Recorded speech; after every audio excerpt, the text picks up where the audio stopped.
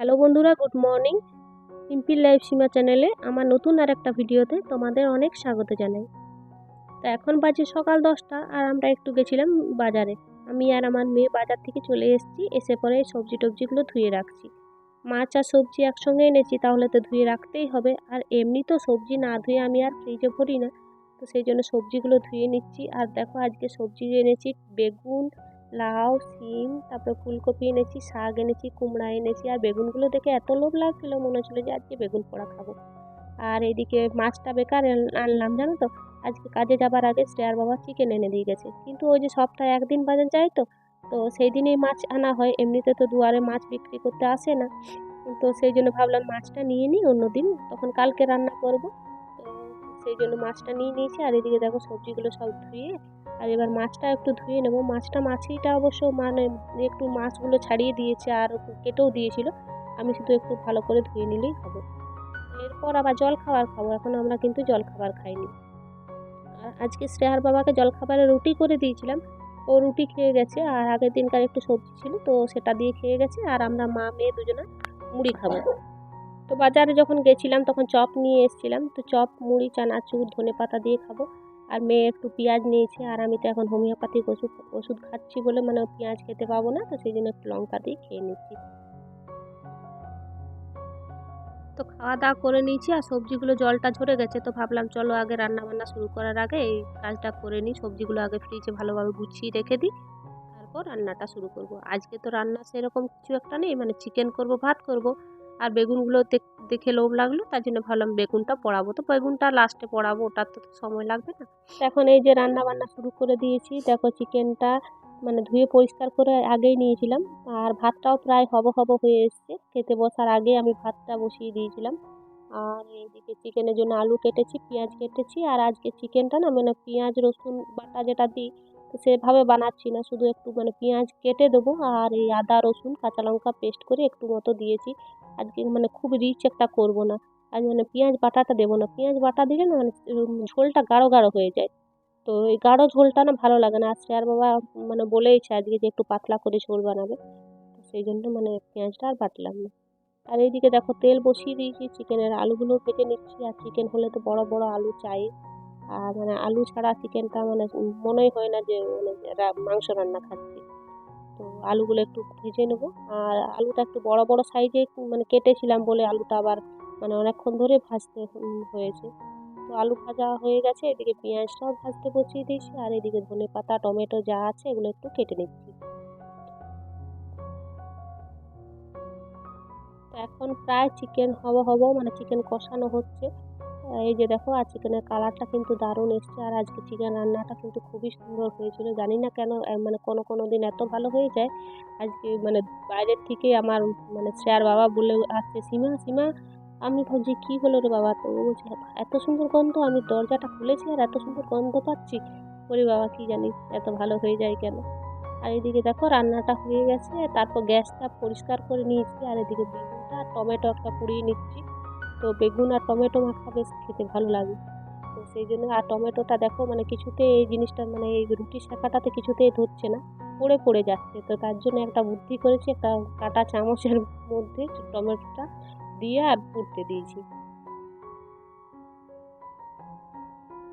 আর এদিকে স্নান করতে যাব, তার আগে দেখো এই ফলগুলো কেটে দিচ্ছি। সরস্বতী পূজায় ফলগুলো এনেছিলাম, তো ছিলই, ওই সর্দি আমাদের ছিল, তো সেই জন্য খাওয়া হচ্ছিল না। তো এখন মেয়েটা বলছে একটু খেতে দাও, মুড়ি দিয়েছিলাম, মুড়িটা ভালোভাবে খাইনি, তো ভাবলাম চলো ওই ফলগুলো এখন কেটে দিই। এখন তো সর্দিটা অনেকটাই ঠিক হয়ে গেছে, তো সেই জন্য একটু ওকে ফলগুলো কেটে দিব, তারপর আমি স্নান করতে যাব। অনেকগুলো জামা কাপড় ভিজিয়েছি, তো সেগুলো আবার কাচতে আছে।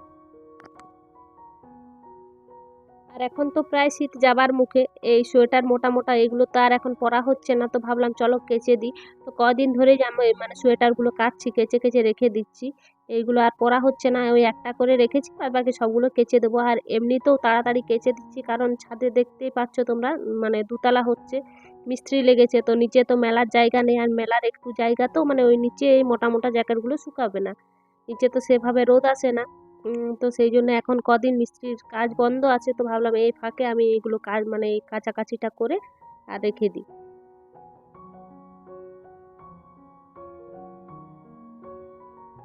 গুড ইভিনিং বন্ধুরা। তো এখন বাজছে সন্ধ্যা 6:30।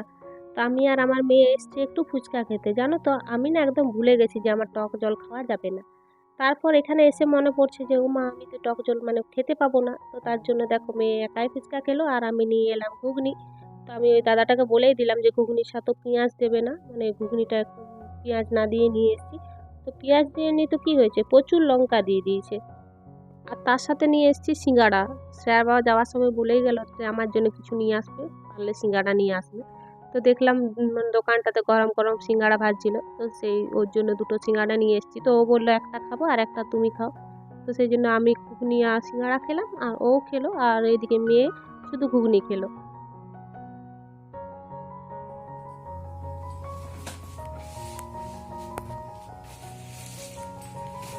তো এখন এই যে এই সব সোয়েটার জ্যাকেট এগুলো সব ভরে ভরে রেখে দিচ্ছি।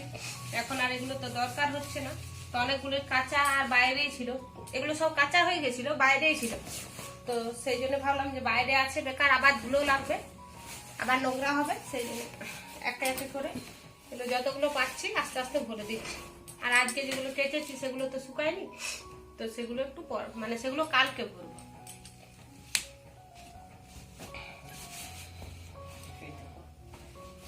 কত জামা সোয়েটার কেচেছি, আজকে না, এগুলো আজ 3 দিন 4 দিন ধরে কাটছি, কেচে কেচে রেখে দিয়েছি। আর একটা করে করে রেখেছি, আমার একটা হুডি রেখেছি, মেয়ের একটা সোয়েটার আর ওর বাবার একটা রেখেছি, ব্যাস। আর বাদ বাকি সব কাঁচা হয়ে গেছে, মানে আজকে কটা কাচলাম আর আগের গুলো এগুলো কাঁচা হয়েছে। এখন তো আর এগুলো লাগছে না, ভাবলাম এটা ভরে দিই। একটা ব্যাগে তো হলো না, একটা ব্যাগ চাই। এই ব্যাগটা আর রুটি টুটি তো হয়ে গেল, তো ভাবলাম রুটি হয়ে গেল তো বসে, এখনো আমাদের খাবার সময় হয়নি, 9:30 বাজেনি। তো বসে বসে কি করব, তাই ভাবছি কি কাজ করি। আর এখন এত বড় বেলাটা হয়েছে, কিছুতেই সময়টাই পেরোচ্ছে না। তাই ভাবলাম এইগুলো গুছাই, তাকে কিছুটা সময়ও যাবে, তাকে ঠিক খাওয়ার সময় হয়ে যাবে আমাদের। ব্যাগটায় পুরোনো জামা কাপড় আছে, এবার একটা ব্যাগ নিতে হবে। এইটার ভিতরে একটা ব্যাগ আছে, বাবারই ব্যাগ বার করতে গিয়ে কত পরিশ্রম দেখো, ব্যাগটা একদম তলে ঢুকানো হয়ে গেছিল। এগুলো সব বার করতে হলো, এগুলো এবার সব ঢুকাতে হবে আবার, মানে একটা কাজ করতে গিয়ে আর একটা মানে খাটালি হয়ে গেল। দেখো, আর এই যে এটার মধ্যে দেখো আমার বাসন কুসন সব থাকে, সীমা ধন সম্পত্তি সব। এগুলো ধন সম্পত্তি ওঠে, বুঝলে কত কাজে লাগে। চলো এগুলো আবার ভরি এক এক করে, একটা করতে যাচ্ছি আরো।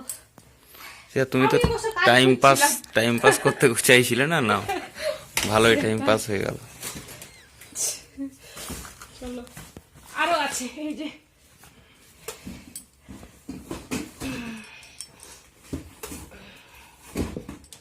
ও মা, এই হাইটা আবার কোথায় ভরবো, যা এই হাইটাতে ছিল। ওটা থাকবে না, এরকম ভিতরে ঢুকাতে হবে, নাহলে প্রবলেম হবে। এখন আপাতত বাইরে রাখো, কালকে তখন রাখবে। না বাইরে রাখলে তখন অমনি বাইরে ঢুকে যাবে,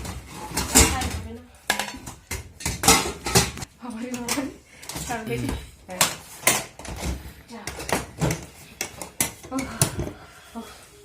ঘেমে গেলাম, দেখো ঘেমে গেল।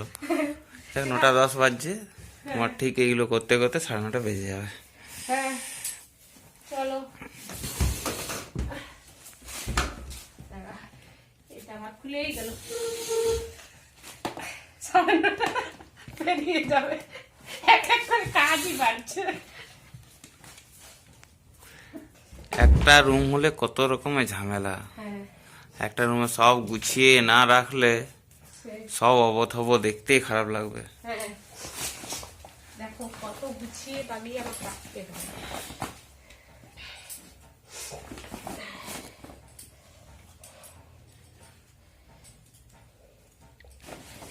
চলো, তো চলো বন্ধুরা, আজকের মতো ভিডিওটা তাহলে এখানে এখানেই শেষ করছি। তোমাদের সাথে দেখা হচ্ছে আবার একটা নতুন ভিডিওতে। তো তোমরা সুস্থ থাকবে, ভালো থাকবে, আর আমার ভিডিওটা যদি ভালো লাগে তাহলে লাইক, কমেন্ট আর সাবস্ক্রাইব করে দেবে। টাটা।